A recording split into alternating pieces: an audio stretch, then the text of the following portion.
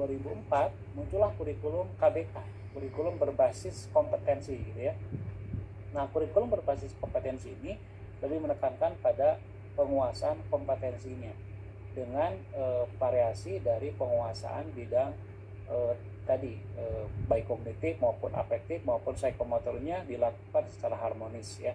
Kalau dulu kan lebih dominan pada penguasaan kognitif. Nah, dari tahun 2004 sampai sekarang ya, secara substansi kurikulum kita sama, itu mengacu pada penguasaan bidang kompetensinya. Cuma bedanya di tahun 2016 itu ada namanya kurikulum KTSP yang berorientasi pada bagaimana sekolah punya keluasan juga untuk membuat kurikulum sendiri ya. Nah, kemudian di kurikulum KTSP dan juga kurikulum yang sekarang ini, yang IKN itu memang sama-sama berbasis kompetensi, juga sama-sama memang lebih menekankan pada penguasaan soft skill juga.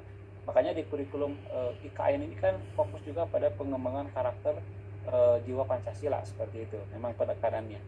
Nah, beberapa yang berubah itu diantaranya dari sisi struktur kurikulumnya, penekanan pada lebih banyak penguasaan bidang keminatan pada diri mahasiswa-siswanya, kemudian juga pemilihan minat tersebut juga dilakukan lebih awal begitu ya, dan juga pengurangan pada mata-mata pelajaran yang sifatnya lebih pokok begitu ya. Mungkin diantaranya itu, jadi secara administrasi kurikulum saja sebetulnya agak sedikit berbeda gitu ya. Itu barangkali. Baik, terima kasih Pak Cepi. Jadi sebenarnya kurikulum yang kita plan ya, rencana pengajaran sederhana dulu gitu ya. Zaman transisi dari penjajahan ke kemerdekaan. Nah, sampai ke tahun 90-an, kurikulum kita menggunakan pola namanya subjek akademik kurikulum ya. Kurikulum yang berorientasi pada penguasaan tujuan. Hasil penelitian baru 30%. Nah, bagaimana nih Pak strategi itu untuk membuat guru menjadi konten kreator nih Pak Cepi? Silahkan Pak Cepi.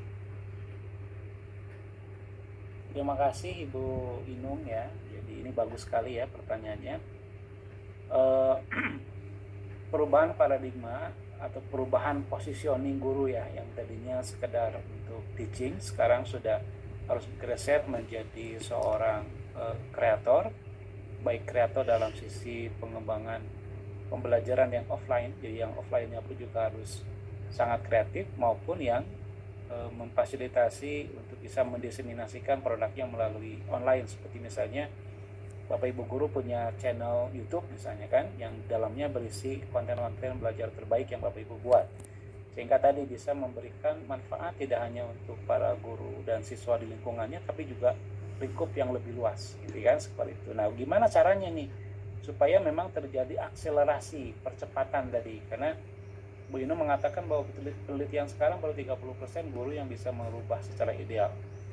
Nah, kalau menurut saya justru hal yang bisa mengakselerasi itu diantaranya adalah harus dilakukan secara sistematik itu memang oleh para school leaders, terutama yang paling dekat gitu ya.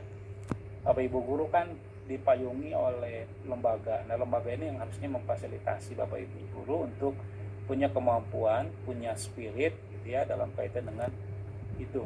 Saya sering sekali dimintain memfasilitasi para guru-guru untuk tadi itu, didorong dia punya mindset yang benar, dia punya keterampilan praktis untuk memproduksi, misalnya membuat multimedia, membuat video, membuat motion grafik, misalnya membuat infografis dan seterusnya.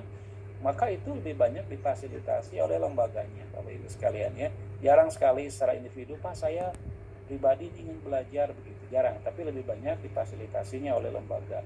Nah, saya pikir ini barangkali tugasnya lembaga paling tidak di levelnya pimpinan sekolah untuk memfasilitasi para gurunya seperti itu ya. Nah, kemudian jangan lupa juga dipantau, kemudian lihat progresnya gitu ya. Dan bagi para guru-guru yang memang punya prestasi yang sangat baik, bagus kalau kemudian diapresiasi seperti itu. Polanya masih seputar itu Bapak Ibu sekalian. Ya syukur-syukur kalau Bapak Ibu termasuk Ibu Inung punya punya kesadaran sendiri untuk terus mengembangkan diri dengan berbagai macam cara tadi ya, tanpa harus didorong-dorong gitu oleh pihak-pihak tertentu. Saya pikir itu sangat bagus sekali gitu ya. Itu barangkali mungkin strateginya harus oleh lembaganya juga harus fasilitasi dengan baik begitu ya.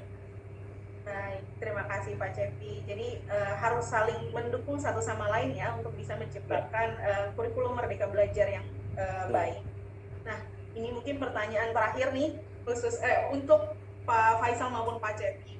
Ada pertanyaan nih, bagaimana tips memberikan pemahaman kepada tim bahwa kita harus selalu upgrade diri. Artinya mau belajar terus untuk bisa menyajikan pembelajaran yang menarik dan menyenangkan siswa. Mungkin Pak Cepi dan Pak Faisal bisa memberikan, Pak Faisal mungkin tips-tips yang bisa diberikan dari Hikvision. Plan ya, rencana pengajaran sederhana dulu gitu ya. Zaman transisi dari penjajahan ke kemerdekaan. Nah, sampai ke tahun 90-an, kurikulum kita menggunakan pola namanya subjek akademik kurikulum ya. Kurikulum yang berorientasi pada penguasaan tujuan